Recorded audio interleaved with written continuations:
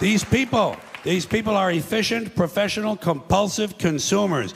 They think of that as their national pride. It's their civic duty. Consumption. It's the new national pastime. Fuck baseball. It's consumption. The only true, lasting American value that's left, buying things.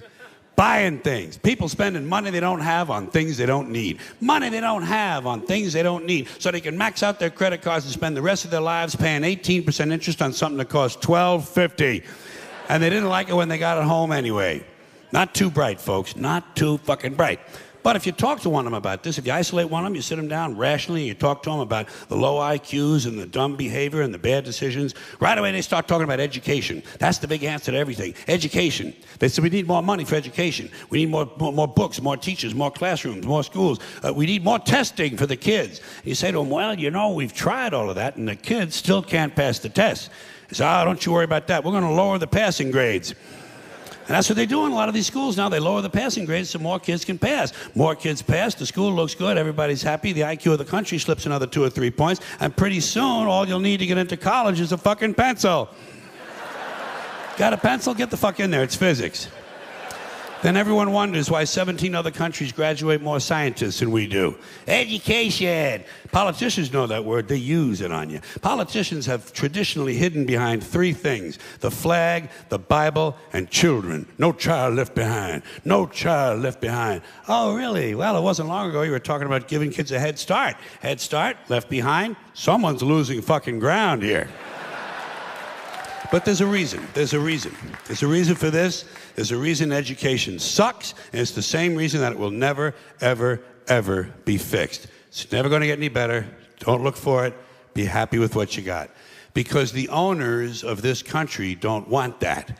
I'm talking about the real owners now. The big, the wealthy, the real owners, the big wealthy business interests that control things and make all the important decisions. Forget the politicians. They're irrelevant. The politicians are put there to give you the idea that you have freedom of choice.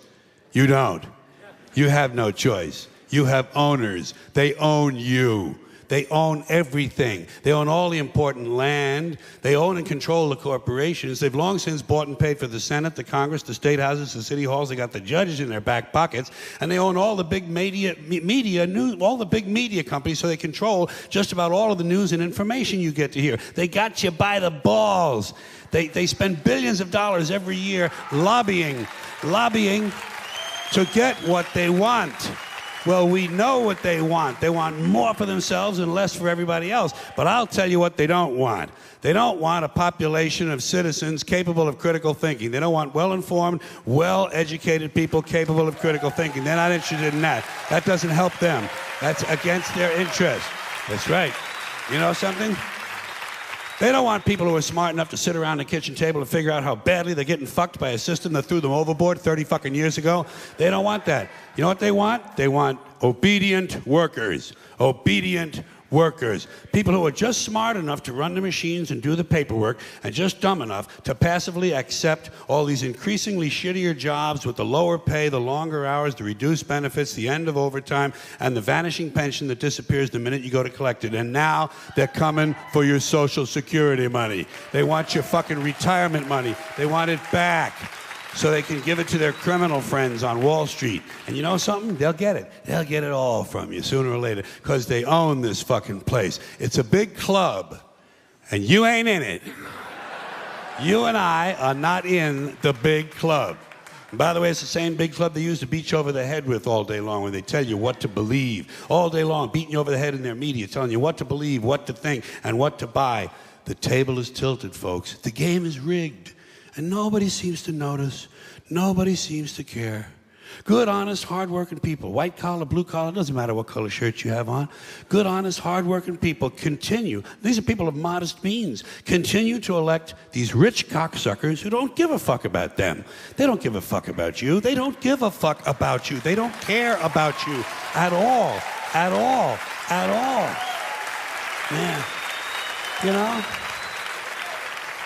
And nobody seems to notice, nobody seems to care. That's what the owners count on, the fact that Americans will probably remain willfully ignorant of the big red, white, and blue dick that's being jammed up their assholes every day. Because the owners of this country know the truth. It's called the American dream, because you have to be asleep to believe it.